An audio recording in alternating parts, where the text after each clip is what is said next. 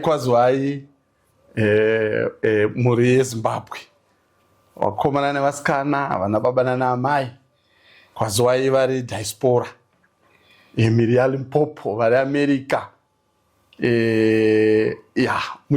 Ukandofunga muchiri kurangarira ndaachirenji ndauya kuti ndizokwazisai nokuti makorokoto egoredzva. Tinoda kuti tirambe tichitenda Mwari vari kuramba vachitichengeta. Ndipo pano patiri ndina permanent secretary, kana muchavatondera nhasi tangoti aiwa permanent secretary fair hande tipinde pachivhitivhiti tisangane nehama neshamwari dzedu dzokutenda. Saka permanent secretary kwazisai mhuri yeZimbabwe nehama dzedu dzose dziri mhiri kwemakungwa. Ndinokukwazisai mose mhuri yeZimbabwe vari kumativi mana ese enyika. Mufaro wangu kusangana nemi zuva ranhasi, ndichidzokawo pano kuzotenda, kupa rutendo nekufara zvakanyanyisa. Ndiri kufara zvakanyanyisa kuva nemi panguva ino, uye ndichiti mose hama neshamwari dzangu, makorokoto makuru egoredzva muri kuritambawo seko 2026. Isusu tiripo, tiri vatano, ndovimba muri kutiona takachengetwa naShe. Tiripo, tiri vatano zvekuti. Musakanganwe kuvarangaridza kuti takabika mavhizhongo pagoredzva tichitarisira kuti vanenge vari pano asi havana kuuya. Ichokwadi. Tine vazhinji vakativimbisa kuti paholiday yaDecember tichange tiripo tichipembera nekufara. Ini ndakatogarawo ndiri alert, ndakagadzira kuti ndichange ndine hama neshamwari dzange dziripo tichifara, tichigocha, tichidya zvedu, tichipemberera musha wedu.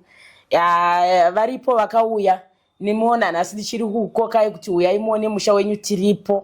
Tiripo timbokubikirai mumbodya chikafu chatinokubikirai tiri pakati pemusha wenyu. I think ndo mashoko angu. Aiwa, tinotenda Pemuseki. Vazhinji vaichiita zvokukuonerai kubackground asi ndinotenda kuti nhasi aiwa fair. Naiyo nyika iri kuona kuti Pemuseki vari kufara ende vakachengetedzeka. Naika Pemuseki makachengetedzeka ka inyasha dzaMwari. Hataiziva kuti 2026 tinotaura takagara matakagara mugono ndomba medu kwete kuti na permanent sec medu nemi tese ndomba medu munhu wese semataura takagara tichiita kuti munhu wese is welcome. Tiripo pamusha, uyai tizosangana, tichaonana zviso nezviso tiri vatano, michituona tichikuonai tichifara tiri pamwe chete. Kune vazhinji permanent secretary vane matambudziko, vazhinji vanotya kuenda pazvivhitivhiti kunoona ana sekuru venyika. Ivo vachigara vachirarama vari mumatambudziko. Edzai ndivataurire chinhu chimwe chete kuti hama dzangu, nyika ino ine rudo. Hama dzangu, takaberekwa takawanda, kana mumba menyu muri vatatu, zivai kuti kunzoku kune vakawanda kupfuura vatatu. Uyai musangane nana Uncle Center, vakuitirei, vakubatsirei zvinofamba chete. Ndinoziva zvangu inini ndiri kuzviziva kuti kune vamwe vari panze as we speak. Zvataisa zvakatanga tiri, isusu tanga tiri musituation yacho, asi vakauya vakamira nesu. Nhasi tiri kutaura nemi tiri mumba, hatina chiri kutitambudza, nokuti chakatitambudza kugara panze. Dzimwe nhamo dzese dziri normal kana dziri common, aiwa idzi hadzirambwe idzo. Kushaya shuga, kushaya kanyama hazvirambwe. Asi pane nhamo huru yekuti unenge uchitambudzika, ugoshaya kuti ndomira nani, ndotaurira ani. Aiwa, tina sekuru venyika vatakapiwa nedenga. Isu kwedu tinoti takapiwa naGabriel. Murume asi ndizvoka permanent. Toti murume takapiwa naGabriel. Muridzo vanhu. Saka vamwewo vane matambudziko, uyai musangane nemurume uyu.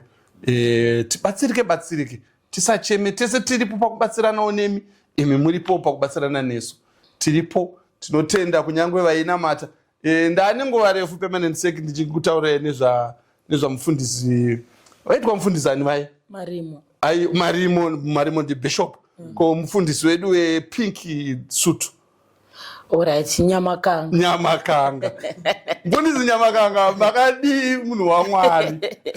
makadi bishop marimo ndati ndombosiya zvemabishop ndoda kutaura zvamufundisi Nyamakanga makadi mufundisi Nyamakanga ikoko rakadi vhangeri dzakadi muri tinoramba tichitenda kuti makanamata uye zveminamato yakanzwika ivo vamarimo vakanamata vakaisawo zviprofita zvakaita zvakanaka saka nyika iyi tinoitenda vafundisi tinovatenda ndo vaimira nesu vachinamata nesu argai ndisaende kure ndikutendei 2026 tichati shaike shomanana toda kuenda kumunda kunorima ndizvo kapemananise toda kuti kana hama dzedu dzazouya dziri diaspora dzosvika dzichiona matomatoes aripo toda kuita horticulture matomatoes aripo green beans ziripo vakangotiudza chero kuti tiri kuuya totoya takarongedzera mabhegi kuti tine hama dzedu dziri kuuya saka regai ndikutendei nenguva iyoyi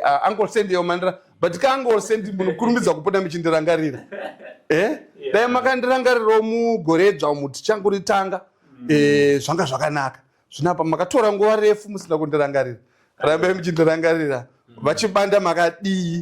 vachibanda makadii kumatombo kuti unoziva kuti aiwa imimi muriwo kumatombo muri hukuru tombo munenge muchikwira muchidzika mumatombo kwakadii kumatombo vachibanda tinoramba tichikukwazisai nokuti makatikoshera ndinokutendai uncle Sandy ndinokuya ndinokutendai nevakomana vamaya navo vese aiwa ndinokutendai dzandipese ndichikwazisa mukoma wangu andisingasiye munozviziva ndine chimukoma changu chinonzi Love More Mike Chirenje chiri paSalem Gabe hachisi kunzwa hachene zvakanaka asi minamato yangu kuti ndara soon or later you will be okay mwari ndimwari munoita zvakanaka ndinokutendai mazvita zvenyu aiwa mazvita zvenyu PMSEC aiwa tinotenda muri Zimbabwe vese vari kunze kwenyika diaspora vese ndinongokupai nguva yekukutendai zvakanyanyisa makatikoshera amen kuti ndive zvandiri zvinhasi ndakatogarawo pano